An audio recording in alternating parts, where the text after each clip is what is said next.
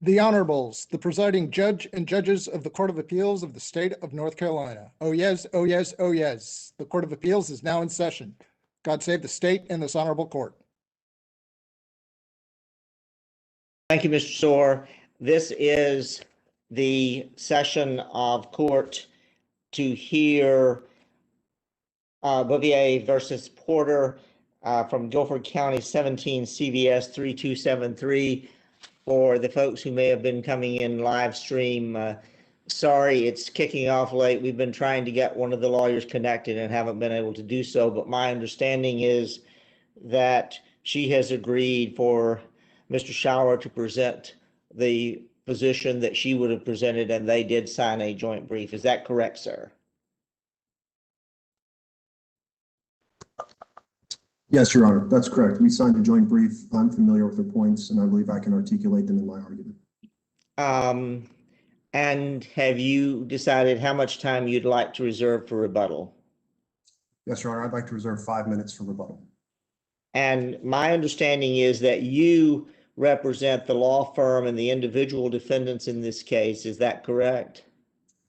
That's correct, Your Honor, but to clarify, 4 of the individual defendants are attorneys at the law firm, and I represent those attorneys. Mr. Clark Porter is also an individual defendant, and he's represented by Ms. Jewel Farley. Right, and he's not an attorney. That's correct. You represent the individual attorneys and the law firm. Correct, Your Honor. And the Legal Defense Funds Counsel are not going to appear and make an argument. Is that correct? That's correct, Your Honor. I'm arguing on their behalf. We'll hear you. All right. May it please the court. My name is Craig Schauer, and I represent the Holtzman Vogel Law Firm as well as the 4 individual lawyers named as defendants. This appeal concerns the absolute privilege. The standard for the absolute privilege is simple and well established. Just last year in the decision Toppings v. Myers, this court held, quote, in deciding whether a statement is absolutely privileged, the court must determine 1, whether the statement was made in the course of a proceeding, a judicial proceeding, and 2, whether the statement was sufficiently relevant to that proceeding. The Topping court articulated 2 simple questions for determining when the privilege applies. If these 2 questions are answered in the affirmative, the privilege applies to the statements, period. Here, the undisputed facts satisfy these 2 elements. First, the statements about plaintiffs appeared in government-issued election protest forms. Second, the protest forms and the statements were submitted directly to the county boards of elections and commenced election protest proceedings. Third, the statements alleged. If I can jump in, do you agree with the arguments put in your colleagues on the other side's brief? That the absolute privilege only applies to those who are participants in the judicial proceeding, whatever participant means, but the participant requirement. No, I do not, Your Honor, and for several reasons. I'd like to start with actually the decision in Toppings v. Myers, which was made just last year. In Toppings v. Myers, the court said, quote, the protection from liability to sue. You do agree, though, that your clients were not participants in this action, do you not? No, Your Honor, I wouldn't concede that point. In fact, your clients are attorneys, that's yes, correct? That's and correct. Your clients are not licensed to practice in this state, is that correct? That is correct, Your Honor. And your clients didn't make any appearance, none of your clients made any appearance in Guilford County, is that correct? That's correct, Your Honor. Well, they didn't make an appearance. Your Honor, that's a difficult question to answer. There's not a formal means to make an appearance in an election protest proceeding. They didn't appear at a hearing, did they? No, they did not. Only the individual protesters. They didn't sign anything, did they? Well, no, but Mr. Roberts did sign the protest on behalf of Mr. Porter at Mr. Porter's express authorization. But he wasn't representing Mr. Porter, was he? No, he was not, but he was serving as Mr. Porter's agent in transmitting the protest to the county boards of elections at Mr. Porter's under Mr. Porter's express authorization. But Your Honor, in terms of my client's participation in the proceedings, Ms. Clark and Mr. Roberts are the 2 individuals who worked on the 2 protests at issue in this case. Both Ms. Clark and Ms. Roberts were the individuals who transmitted the 2 protests via email to the county boards of elections. Mr. Roberts then received notices from the county boards that were addressed to Mr. Roberts and Mr. Porter that the county boards had found probable cause based on the election protests that he had submitted on behalf of Mr. Porter. Does Mr. that mean Roberts. that they're practicing law here?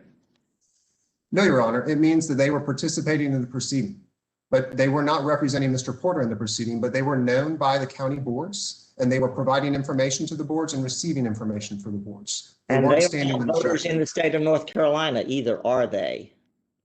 I'm sorry, Your Honor, could you repeat They're that? not voters in Guilford County, nor are there voters in the state of North Carolina. They're not residents of North Carolina, are they? That's correct, Your Honor. They could not submit the protests in their own names, but they could help individuals submit them under the individual's authorization. And Your Honor, I don't believe that constitutes the practice of law because I think any political operative, for instance, for the North Carolina Republican Party or the Democratic Party could assist protesters in submitting these protests and it not constitute the practice of law. What my clients did not do was represent them or make arguments on their behalf. However, they did engage with the county boards of elections, and I believe that would constitute participation, not only in terms of submitting the protests and receiving communications about the status of the protests in terms of Mr. Roberts, but Ms. Clark actually received an inquiry from the Board of Elections. I believe it was from the executive director in Brunswick County. And the board of the executive director, and this is in her affidavit, asked for supplemental information. She had a conversation with the executive director, tried to answer the questions, and when she couldn't, she submitted an email to the executive director trying to provide that supplemental information at the request of the board. So my clients did participate in some means with the election protest proceedings. But Judge Hampson, getting to your prior question, there is no participants requirement in North Carolina. In fact, North Carolina courts, again, starting with Toppings v. Myers just last year, have articulated that the protection from liability that attaches to a suit attaches by reason of the setting in which the defamatory statement is spoken or published. The privilege belongs to the occasion. That's what the court in Topping recently said. And the court in Topping is actually a very instructive decision. In that case, you had an attorney who undertook an investigation of employee misconduct at a certain company. Based on the employee misconduct, the company eventually filed a lawsuit. After the lawsuit was filed, that attorney held a press conference talking about the allegations of employee misconduct that were in the lawsuit. But the attorney who conducted the investigation and held the press conference actually didn't file the lawsuit. In other words, they didn't participate in the judicial proceeding. When the court started to analyze the absolute privilege, it first started with the participation requirement that the plaintiffs articulate here, and it rejected it. In the first part of the analysis, the court noted that the lower court in Topping had made the decision that the privilege did not apply because the attorney who made the statements at the press conference was not participating in the judicial proceeding. The Court of Appeals said, no, that's not how the privilege applies. The court Is said, it your position then, like the lawyers in the Topping case, that your clients were acting as sort of a preliminary investigative counsel for either, I guess, the defense fund or on behalf of Mr. Porter? Well, Your Honor, I don't believe they're serving as counsel, but they were doing preliminary work prior to the protest being filed. But what the court in Topping held is that their role in the proceeding doesn't matter. In fact, the court said that there's, quote, no precedent or legal basis, end quote, for holding that the privilege applies based on whether or not an attorney was part of a suit. And the court then rejected the theory that, quote, an attorney would be entitled to a greater claim of absolute privilege by virtue of their role in the judicial proceeding. In other words, the court recognized that the lower court focused on the role of the attorney, and the court said that's not what we focus on. We focus on when and where the statement was made. And then the court moved to the second part of its analysis, and the court began by saying, quote, we analyze the venue or occasion where and when the statement is made. And the court then went on to explain the history of the absolute privilege, saying that it started with protecting the core of in-court statements, such as, I believe they meant testimony in court, but it's since been extended, and this is what the first example I believe they cited, it's since been extended to include statements made in pleadings, and then further extended to include statements made in out-of-court statements. Importantly for this case, the court then reiterated that, quote, the absolute privilege appropriately protects statements inserted in judicial pleadings, filed with the trial court, and inviting judicial process.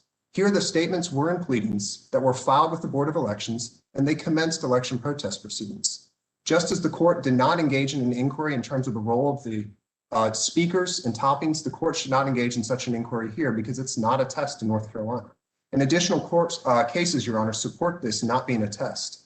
North Carolina courts have never, not once, not one single time required a defendant to be a participant in a proceeding in order for the privilege to apply.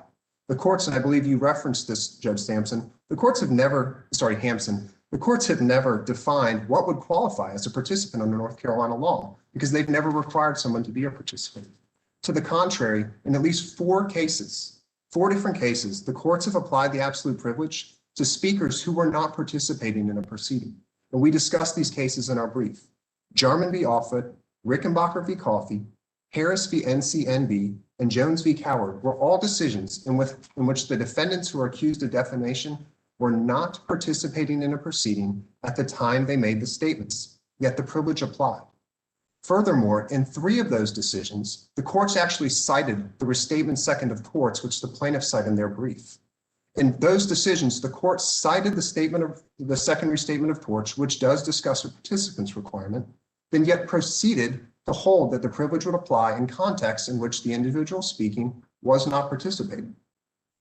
Most recently, in the Toppings decision, again, the decision handed down last year, this Court of Appeals yet again cited the second restatement of torts and then went on to hold, through criticism of the lower court, that you should not look at the role of the defendant, rather you should look at when and where the statement occurred.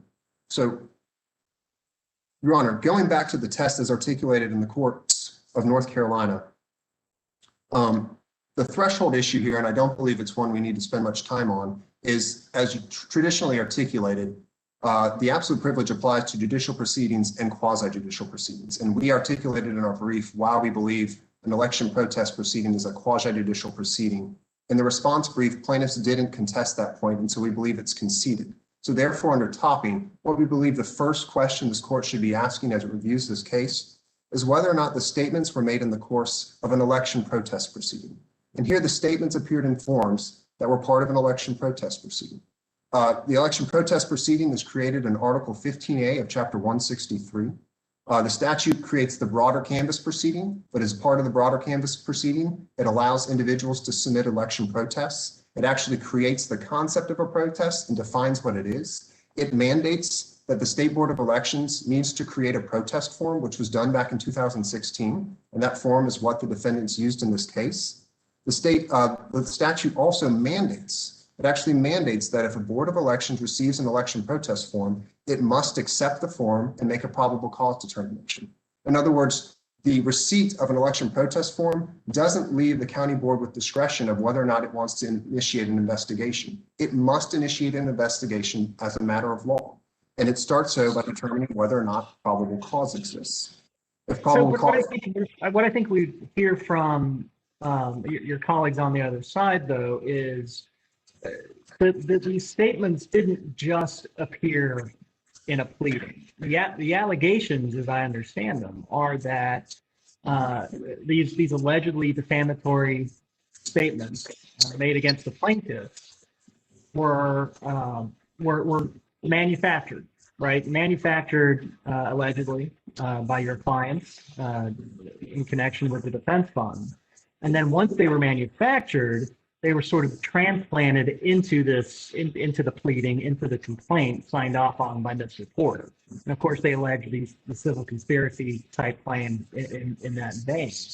But does it make a difference to your argument that we're dealing with statements that are allegedly manufactured out before the complaint was ever filed, before there was a discussion of Mr. Porter actually initiating pleadings and the related questions surrounding the sort of the outside conspiracy as alleged to cast doubt on the results of the election? So, Your Honor, it doesn't. First, the description of manufacture is, I think, the court's way to say that somebody provided the information that was given to the protests. All information, I'd argue, that is submitted in a complaint or any type of other protest is manufactured in some extent, right? It has to come from somewhere. Here, the origins of the information does not matter under the absolute privilege test. I mean, to the contrary, the absolute privilege test, as this court has recognized in other decisions, it exists to ensure the uninhibited speech in judicial and administrative proceedings. Again, the topping court articulated that certain proceedings are so much in the public interest that the public wants the defendant to speak fully and freely. Even, and the court said this in topping, even if the statements were used falsely, knowingly, and with express malice. In other words, it says the privilege applies regardless of the origins of the statement or the intent behind the statement or the veracity of the statement. So it doesn't matter how the statements were manufactured. And Your Honor, in such cases, that's because the privilege seeks to protect the free flow of speech because the public's interest is in the free flow of information to tribunals. We want individuals to bring concerns about election irregularities to the county boards of elections. We want individuals to bring allegations of tortious conduct to light in the context of a civil proceeding. We want alleged doctor misconduct to be brought to light in the context of a medical board proceeding. The focus is on the flow of information to these tribunals to make sure that the public benefits from knowing whether or not these allegations are true, and if so, need to be remedied, or alternatively, whether or not the allegations are false and there's no wrongdoing to be concerned of. Because the public's interest is in the flow of information and the information being obtained by the tribunals, the focus of the test is appropriately on where the statement was made. If it was part of a proceeding and if it was relevant to the proceeding, then the test should apply because that's the interest that's being protected. Let me try and put together a hypothetical here where person one tells person two, makes a blatantly defamatory statement that, you know, person three has engaged in some, you know, heinous crime or act giving rise to a potential criminal charge or civil action. Person two then brings the suit, repeating the allegations made by person one. Now, arguably, person two would be protected by privilege, right, in filing a lawsuit and making those statements.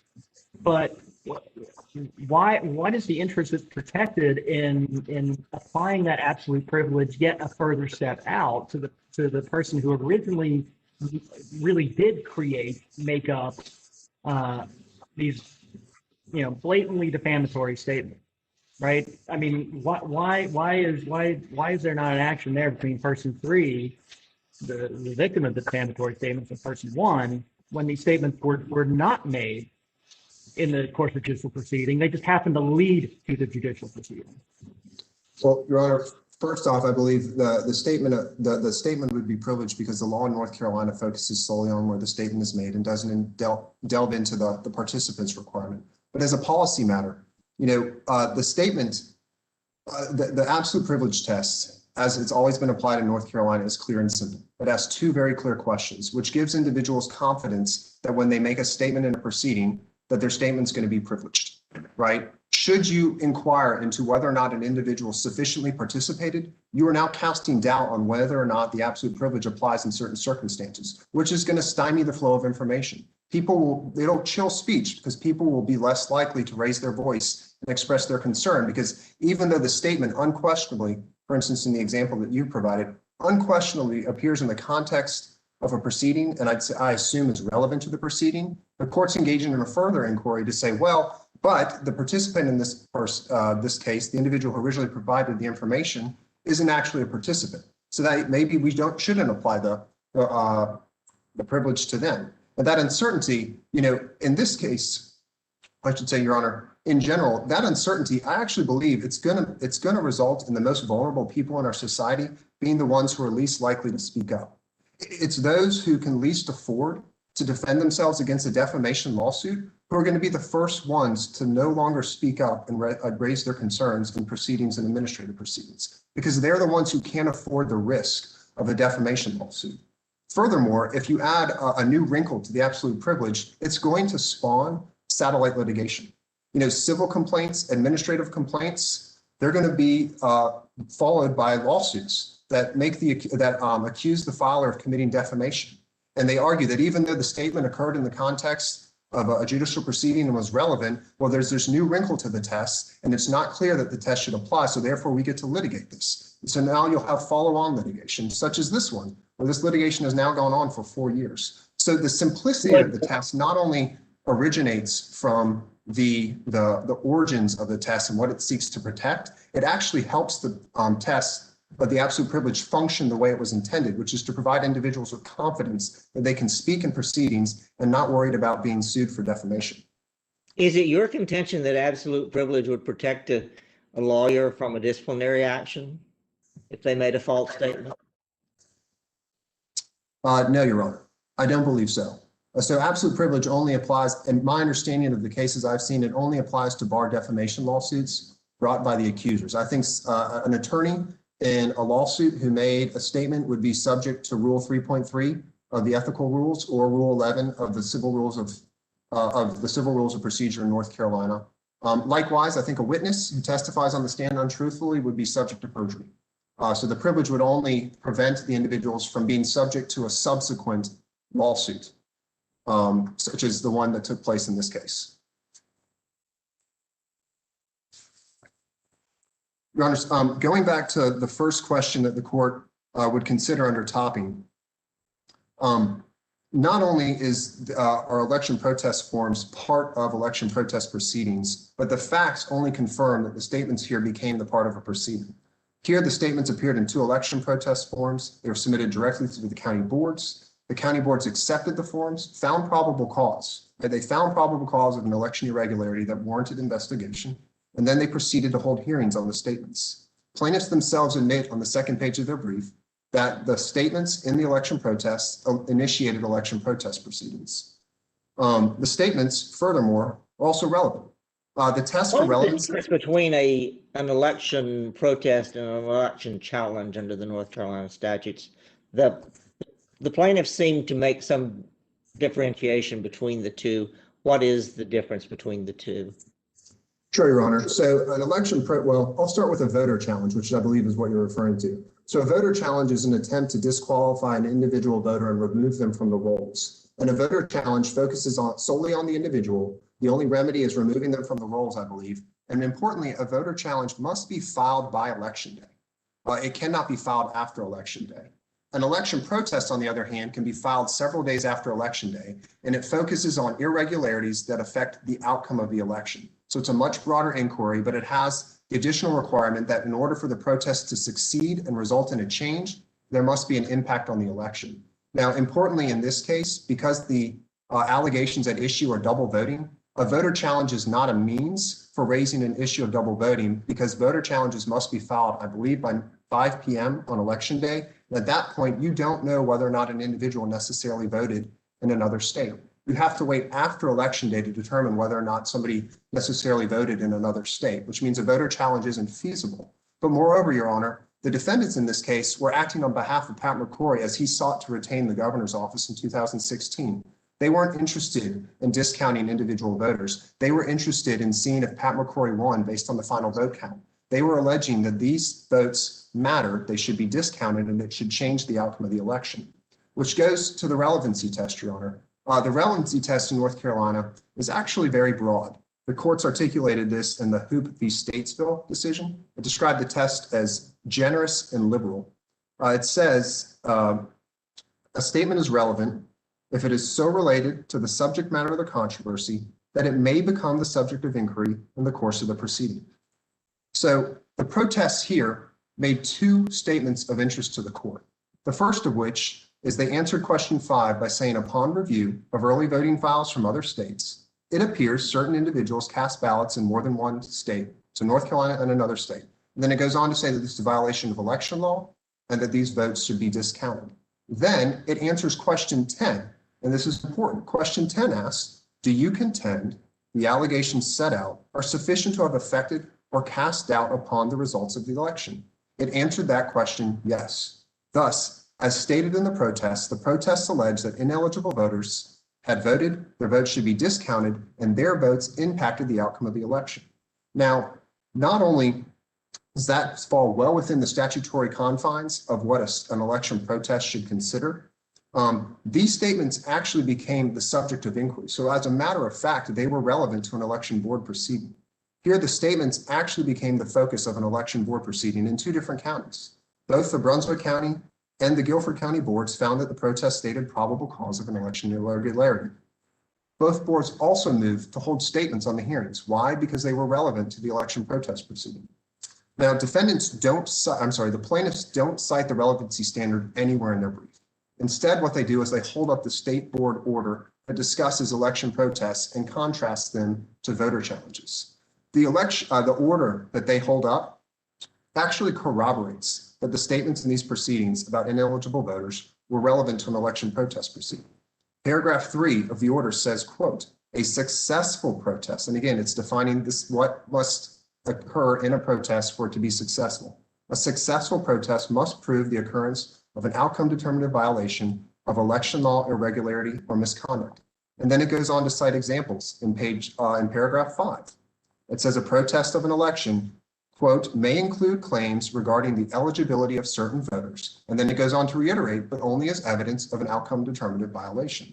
Then again, in paragraph 7, it says, no county board may retrieve and discount a ballot cast by an unqualified voter unless a county board has found ineligible voters participated in numbers sufficient to change the outcome of the election.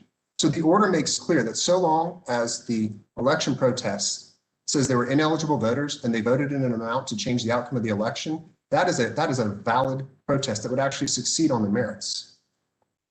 Under the relevancy test in North Carolina, the court should assume that the statements in the protests are true. It should assume that the individuals named had voted in more than one jurisdiction and that their votes changed the outcome of the election.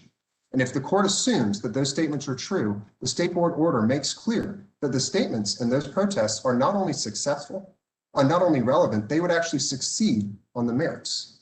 Plaintiffs well, you say that we need to assume that, but the fact is they were found not to be true in this very election protest, were they not? That's correct, Your Honor, but the absolute privilege is only going to be invoked in situations where the statements are true. It seeks to protect false statements. If the absolute privilege only applied to true statements, there would be no purpose for the privilege. Your Honors, I see that my time is up. If it's all right, I'd like to reserve the balance of my time for rebuttal.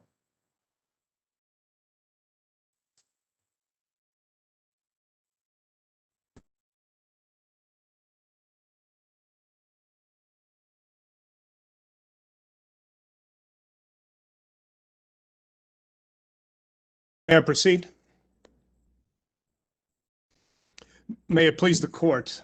My name is Press Mill, and I represent the plaintiff appellees in this matter, who are 3 Guilford County voters and 1 Brunswick County voter who were falsely accused by defendants of voting in North Carolina and in another state in violation of federal and North Carolina law.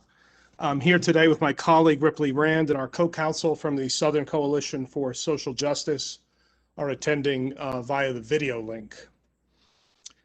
Defendants have just put forward a version of the law of absolute privilege in which the speaker doesn't matter, the context doesn't matter, and the content doesn't matter.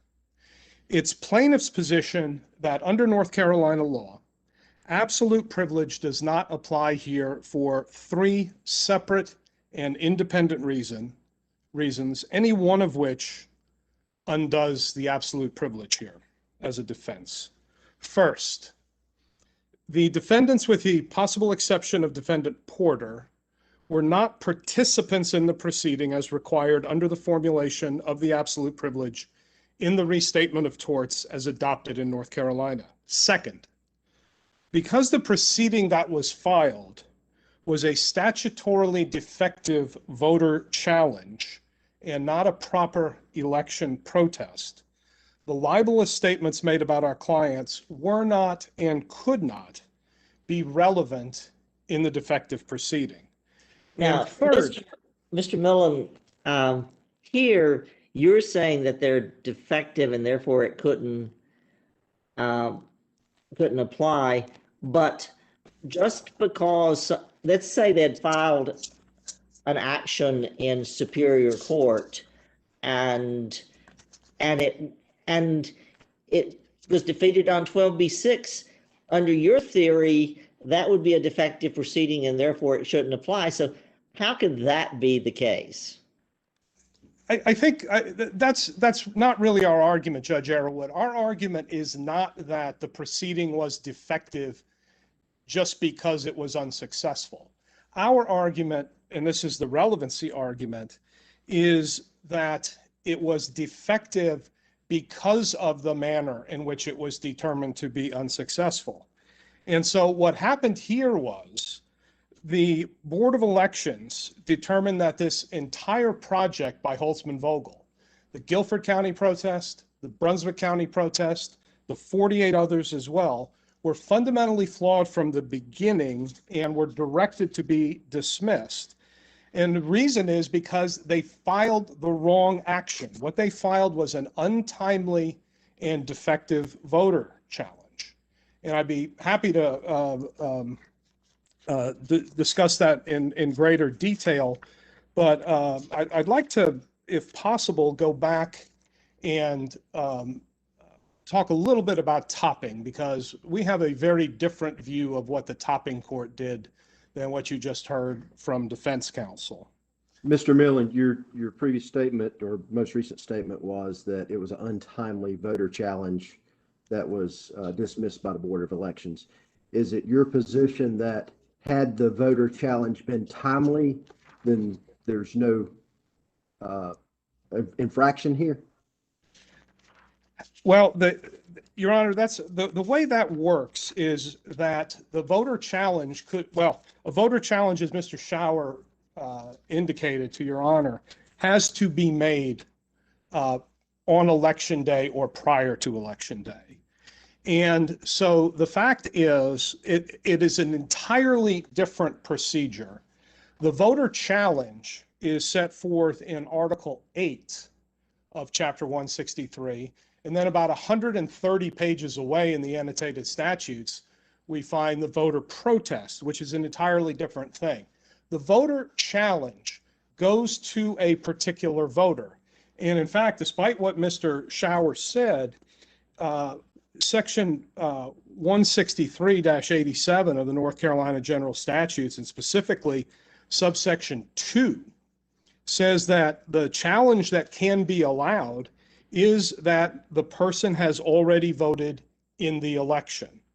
So it is that is specifically what was being claimed here. That is specifically the sole relief that was sought here in paragraph 10 of the forms that were filed. So, it's almost as if, had they filed it at the Department of Motor Vehicles, and it was full of libelous statements, it would have been, almost equally problematic.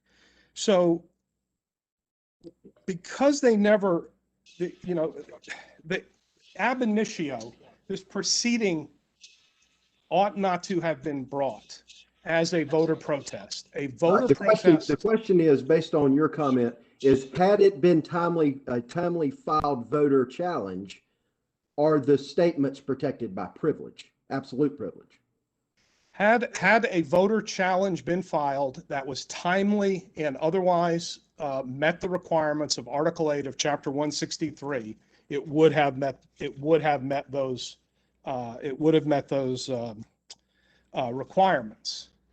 Now that doesn't get into the issue of participant, which we still need to discuss, but that was not what happened here. What happened here was they filed under the wrong rubric. They filed under the rubric that deals with the conduct of the election. These voters here did not conduct the election. These voters simply voted in an election, and the only thing that they could be charged with was something that was an appropriate voter challenge, and instead they were faced with a voter protest. Mr. Millen, would you agree that the election protest is a quasi-judicial proceeding? I believe it is. I believe a properly invoked election protest is a quasi-judicial proceeding, yes. And sort of maybe anticipating your argument a little bit, but you may have caught on that an issue I'm interested in is who is the protected party, in a quasi-judicial proceeding as far as the absolute privilege? Who are we protecting there? So I think, again, Your Honor, the absolute privilege, and this is in the restatement. The restatement was recently stated as part of the holding in the Topping case. What it says is it is, with respect to lawyers, a lawyer who participates as counsel. With respect to witnesses, it is a witness who testifies in the proceeding. And so, for example, in the Jarman case from 1954, which I believe is the first quasi-judicial proceeding case involving a civil commitment, a doctor, after a spouse had instituted a civil commitment proceeding against his wife, provided an affidavit. And so he was covered as a participant. Similarly, the party would be covered. But when Mr. Shower says, well, it applies to the occasion, if we think about that, that really has to necessarily overstate the case. I mean, what we are engaged in right now, albeit on video, is probably the most sacrosanct heart and core of protected speech. And as lawyers, we can stand here and feel certain that we are not going to be accused of defaming anyone. But if someone were to walk in that door, or when we're back on Morgan Street and walk into your courtroom, a stranger to the proceeding, not a lawyer, not a witness, not a judge, and begin screaming defamatory statements, the fact that we are in a courtroom in what would otherwise be a protected judicial proceeding and occasion is not going to shield that person. And that's exactly where we are here, because as I think, Judge Hampson, you put your finger on right at the beginning of our opponent's argument, the one thing the Holtzman-Vogel lawyers were clear as day about, and for good reason, is that they were not acting as lawyers when they filed the protests for Mr. Agavino and Mr. Porter. Being a participant in the process is a requirement of North Carolina law. And defendants' argument to the contrary is asking this court to ignore years of North Carolina precedent, as well as the restatement of torts, which, as I said, the defense brief at least recognizes, the defense fund brief recognizes as a fair summarization of the North Carolina common law. Mr. Mellon, you would concede, would you not, that Mr. Porter is a participant in this proceeding? I think Mr. Porter, by virtue of at least being a voter in the county where the election protest was filed, meets that statutory requirement and would be considered a participant. Yeah. And he, in fact, is the filer of the protest. I understand the facts that it was allegedly signed on his behalf, but is the protestor here. That's correct, even though he never actually saw the protest form that was filed until we took his deposition in this case. But I think at least with regard to a statutory person who can be a participant, he fits that bill. Similarly, if he had had a lawyer who was acting on his behalf, I think that lawyer would fit the bill. But, we go back to the Harris case from this court from 1987, which is, I believe, the first time that we see this articulation in the Court of Appeals. And what it said is it quoted Section 586 of the restatement and said, quote, "An attorney at law is absolutely privileged to publish defamatory matter concerning another." And then it says, "in a judicial proceeding in which he participates as counsel." And so it's not this sort of vague participation idea of, well, I talked to somebody at the Board of Elections or I sent an email. It says participates as counsel, which was clearly not what was done here. And so they try to concoct this argument that this is somehow just dicta, this reference to the restatement. But the Harris court, again, 1987, made it plain that the restatement was the basis of its holding. And the Harris opinion states, quote, we find support for our holding in the Restatement Second of Torts, Section 586. That's not dicta. So fast forward 33 years to 2020 and Judge Tyson's decision in Topping, and once again, the restatement takes center stage, citing Jones versus Coward from 2008, I believe a case, Judge Arrowood, where you were on the panel, and again, explicitly quotes that 586 requirement in which he participates as counsel. And in between those 33 years, we have this court's decision in Hoop from 1998, which states participants in the judicial process must be able to testify. We have this court's McManaway decision from 2010, which also repeated the participant requirement. So you contrast those clear and long-standing statements with what we do not have here. There's no North Carolina case that says someone who happens to be a lawyer, let alone a lawyer who's not even licensed to practice in this state, somehow partakes of the absolute privilege by reason of being involved in the case surreptitiously, but not as counsel. So again, what defendants are asking for is a giant step away from our precedent and the core of protected speech as described in Topping in order to allow them to avoid the consequences of their actions. And Judge Arrowood, you had asked a question of my opponent here about whether the absolute privilege would protect a lawyer with respect, for example, to a disciplinary proceeding. And I agree with what he said. The answer is no. And that's why the courts from other states that have looked at this very issue have rejected the extension of the absolute privilege in this manner to non-participants, and for very good public policy reasons.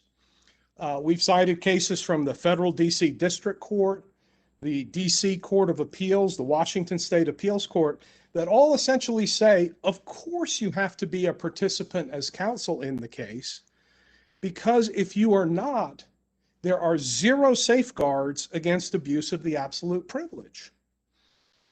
In other words, if the attorney is not participating as counsel, but instead hiding behind, in this case, a non-client stalking horse, there's no judicial sanction available against the attorney. There's no potential for bar discipline for violating ethical rules. And in fact, that unacceptable outcome of allowing non-participants to claim absolute privilege is precisely what defendants are asking for here. They are saying, in effect, let us come into North Carolina, secretly cause chaos in your election process by defaming innocent voters, and then head back to Virginia scot-free, no sanctions, no discipline, no civil liability. Thank you, absolute privilege. That result is not the law of North Carolina or the law of the restatement. Only a participant can claim absolute privilege. They're not participants, and there's good reasons, good public policy reasons, why they must be participants.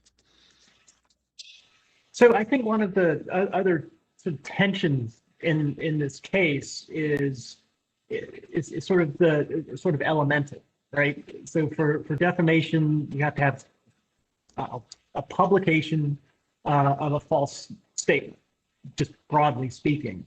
And I think here one of the tensions is, the defendant's contention is that the publication of the false statement occurred solely in the context of the election protest that was filed, i.e., functionally it was in a pleading, albeit drafted by one party and signed off on by somebody else. Whereas I think your position is more that the false statement was really made, as it were, prior to that. It was made through the process of compiling this, this data, and then in recruiting folks to sign off on these election protests. will you speak to that kind of the tension in those sort of factual disputes right there? Sure, I will, Your Honor. I think there are two pieces here that your question is driving at. The first piece really, again, goes to, and again, the record is clear, and there's no question about this. The manner in which this occurred is the defendants prepared cookie cutter template language in order to make these accusations. That was done before there was ever anyone who was going to potentially be a filer, a participant. So all of that is done. It's done with respect to 50 plus protests across the state. And essentially, in the case of Mr. Porter, he never even saw it. It was simply signed for by Mr. Roberts, one of the defendants, and submitted. So yes, there's, that is when the defamatory statement, takes place. That is when it is concocted, before there's ever anyone. In every case, what they're doing is they're looking for a patsy, someone who can file this on their behalf. And mind you, there are multiple false statements here. Obviously, the operative false statement is not the statement that they appear to have voted in multiple elections. It's the statement that says they are known to have voted in North Carolina in multiple states. But then you go beyond that and you look at, because of the way that this was done, because of the way it was manufactured, to use the word used earlier, because the way it was manufactured, what you have is a circumstance where you get a host of additional false statements that go along with that. Number one, that the listed protesters, Mr. Porter and Mr. Agavino, were in fact witnesses to the alleged misconduct. Not true. That the allegations were made based on a review of the public record by those protesters. Again, not true. That the allegations were sufficient to affect or cast doubt on the results of the election. Not true. And that the listed voters had read and reviewed the North Carolina law of election protests. Not true. So then we get to sort of this argument that kind of floats around in this case, kind of Mr. free Miller, form. Yes. Who do the plaintiffs contend is the maker of those false statements that you just laid out for us? The maker of the false statements is the conspiracy of these lawyers, the law firm, the defense fund, and Mr. Porter in Guilford County, and Mr. Agavino, who is not a party in Brunswick County. So the position of the plaintiffs is that it's not just the person who signed the protest and caused it to be published to the State Board of Elections. No. It's all of them as part of a conspiracy, and I think a very well proven one, to act as they did. Who do the plaintiffs contend published the statement or the statements? Well, in the case of the Guilford County protest, the protest was published by Mr. Roberts, specifically from the Holtzman Vogel law firm, without Mr. Porter ever having seen it. In the case, no, he did not sign it. Someone signed on his behalf with his permission, correct? Allegedly, Mr. Roberts did so. With respect to Mr. Agavino was provided with the form, signed it, submitted it to the Brunswick County Board of Elections, and then, to his credit, once he determined that in fact the statements in there were false, he withdrew it, but not before the harm had happened. Okay, one more question for you. And this is just for my edification, did the voter defendants in this case and the plaintiffs know each other prior to the filing of the protest? Absolutely not, Your Honor. And that's actually one of the problematic things about this. And I'm glad you asked that question. In the case of 3 of the 4 individual plaintiffs here, they were new to North Carolina. retirees. Mr. Golden in Brunswick County had retired from Maryland. Mr. and Mrs. Nehans had just retired here from Wisconsin.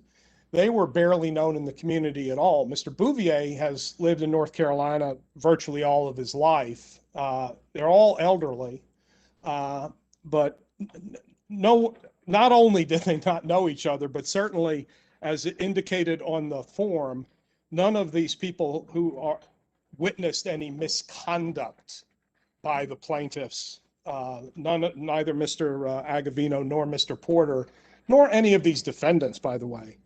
And that sort of gets to another issue here. As I said, there's this argument that gets made that it's essentially that the form made the defendants do this. Well, the election form, that form made me do it argument is notably weak and fact-free. The form does not require libel. For starters, right at the top of this form, it says, feel free to use and attach additional sheets if needed to fully answer the questions below. You may also attach relevant exhibits and documents. In other words, the form literally invites explanation, which absolutely could have saved the defendants from libel here. Instead of, for example, stating that our clients were known to have voted in multiple states, defendants could have said on this form, we're concerned, based on the limited amount of information that we have, that they may have voted in multiple states. It's defendants who chose the defamatory words and the other falsehoods here. The form did not choose the words for them. We've talked about relevance. We've talked about the fact that this was a defective, proceeding. Mr. Millman, I'd like you to go back and we got you sidetracked. At one point, you said you were going to explain how Toppin doesn't change anything with respect to the Harris. And I'm not sure you ever got to that argument because we kept interrupting you with questions. So while you still have time, I want to hear you make that explanation. Well, from our point of view, thank you, Your Honor, and I appreciate that. I think the holding and Topping, Judge Tyson's holding, is based on a number of key premises concerning absolute privilege, 8 of which at least are pertinent here. And let me tick them off real quickly if I could. First, the Topping court held that as a general matter, immunities from suit and assertions of privileges are strictly construed in North Carolina. Second, in considering absolute privilege to defame, the court held that there was this core of protected speech, and what that was speech in a courtroom during a trial. And that was what the proper and efficient administration of justice required. That formulation, by the way, came straight out of Jones versus Coward, Judge Arrowood, case on which you were on the panel.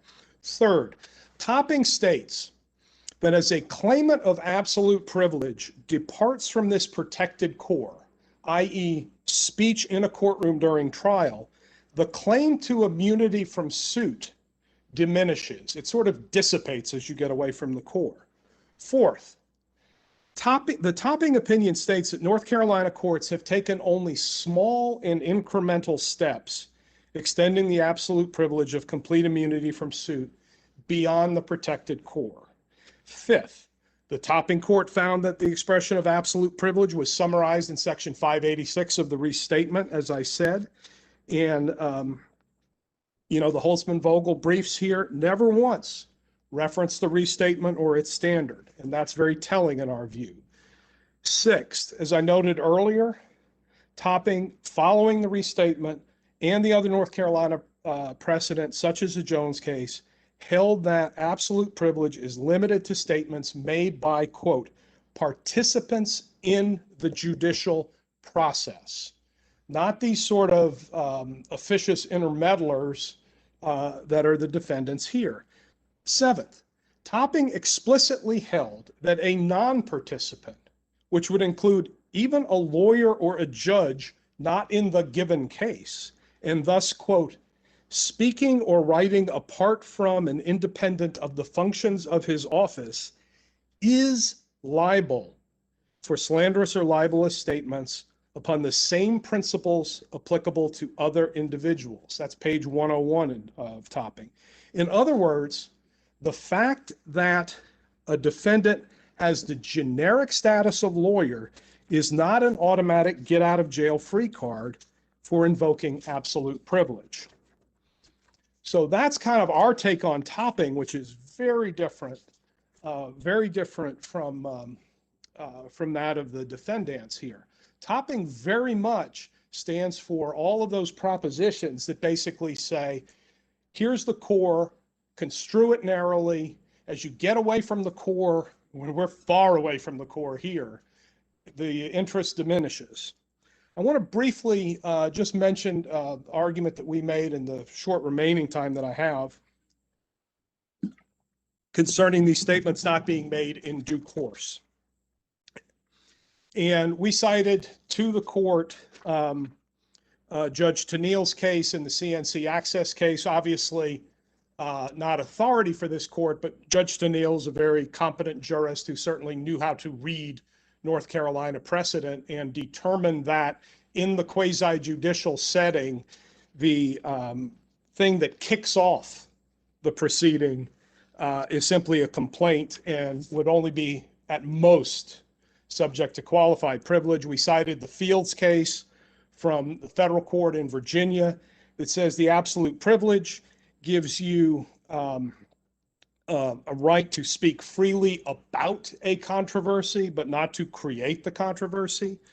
And I would note that none of the North Carolina cases cited by defendants, not one, stands for the proposition that the originating filing in a quasi-judicial proceeding is one made in due course of that proceeding. And I think for that reason, following Judge Tyson's admonition in Topping, we need to take only small and incremental steps to increase the absolute privilege, and this would be a big step. If this court were to rule that a person is absolutely privileged to initiate a quasi-judicial proceeding with a defamatory statement, that would really depart from the precedent in this case. They're trying to manufacture, really bootstrap their way into the claims of both relevancy and in due course. But the fact that with respect to both of those issues, it's the false statements themselves that create the conditions that defendants contend result in absolute privilege. That's wrong on the law. And as we explained, that's really bad public policy. I'd be happy to answer any questions your honors may have. Mr. Millen, is it your position that one could never file a protest or challenge for double voting because that would be libelous if proven to be not true at the end? No, that is not our position. I think an appropriate challenge by an appropriate person would be appropriate and would be covered by the absolute privilege. That's just not what happened here. Okay. Thank you, sir. Mr. Shower? We'll hear your rebuttal. Thank you, Your Honor. I'd first like to point out that in terms of the participants requirement, plaintiffs focus on cases outside of North Carolina. What I'd like to do is talk about 3 cases that they discussed in North Carolina.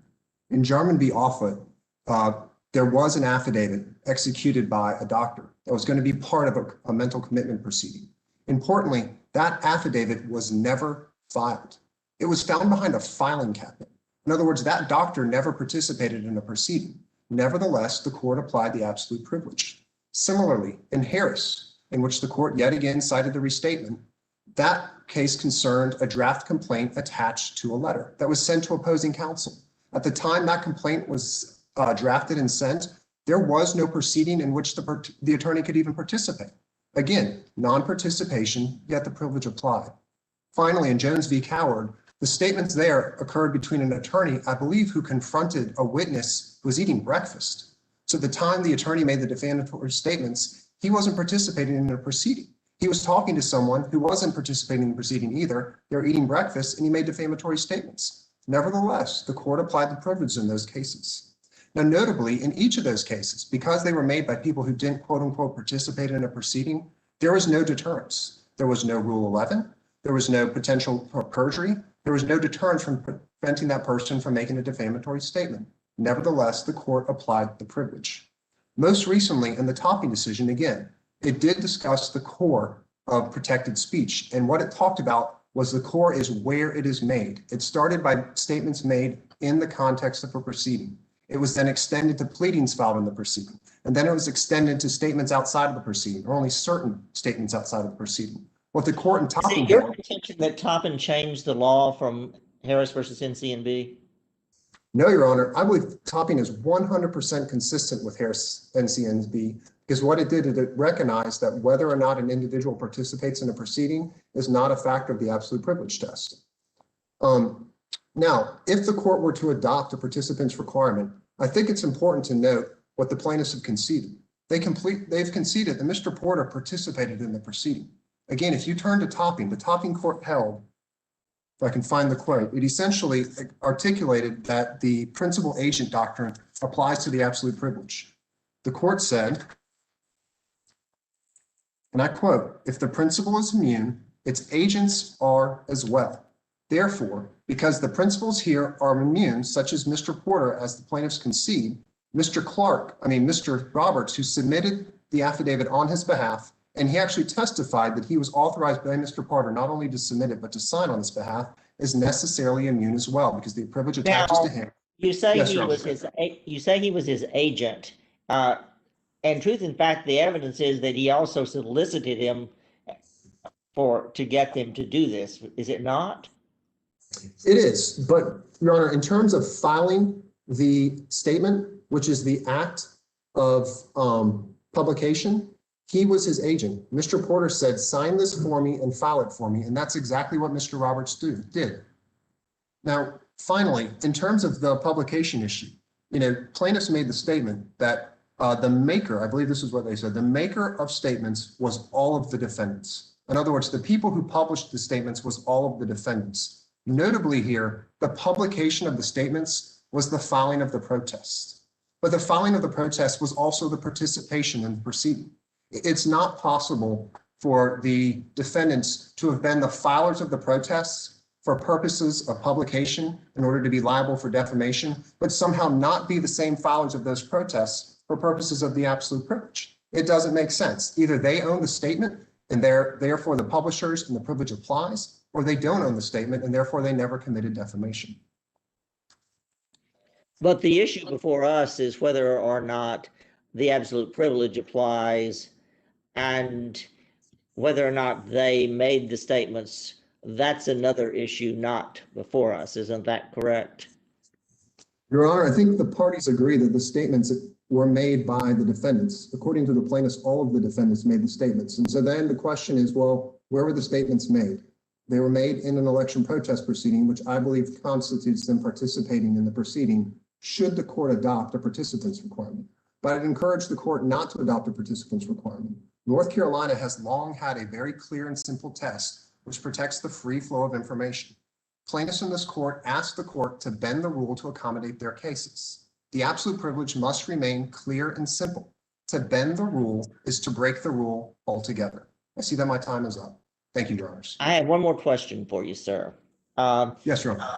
Are you saying that that the restatement of torts second 58 and 587 is not the basis for this privilege? Correct, Your Honor. I'm saying that this court has at least on 4 occasions cited the restatement and then articulated either in the holdings or its analysis that you do not have to be a participant in order for the statement to attach. Again, those decisions are Harris v. NCNB, Jones v. Coward, Rickenbacker v. Coffey, and as well as the recent Topping decision. Well, I believe your co-counsel said, and I'm quoting from the brief on page 8, the restatement is a fair summarization of the North Carolina common law as well as the laws of 48 states composing the majority rule. Your Honor, as I recall, my co-counsel's brief focused on the historical roots of the absolute privilege and the problems that it would cause for attorneys if the privilege were changed in this case. And so I don't believe that statement to say that the law in North Carolina has adopted the absolute privilege, and I believe they clarified that in the reply brief. I think they mean to say that that's a general articulation of the law. But clearly the courts in North Carolina have never, not once, required that an individual be a quote unquote participant in order for the privilege to apply. When a law firm prepares documents with the intent and purpose of those documents to be filed to initiate a quasi-judicial proceeding, what's the theory on that not being the practice of law? So, Your Honor, well, first off, whether or not it was a practice of law, I don't believe applies to the absolute privilege. But in this case, what the individuals were doing is the law firm was legal counsel for Pat McCrory, but they were also engaged in what I call just political operative work, which was trying to help find protesters and file protests in the proceedings. They could not file them themselves because, as we've discussed, they were not registered voters. So they had to file other individuals. So they were simply taking information, passing it on to individuals who agreed to file the protests, and the protests filed them. They weren't representing them in the proceedings, and I believe anybody could have engaged in this work with or without a law license. Thank you. Thank you. Thank you, counsel, for your good arguments.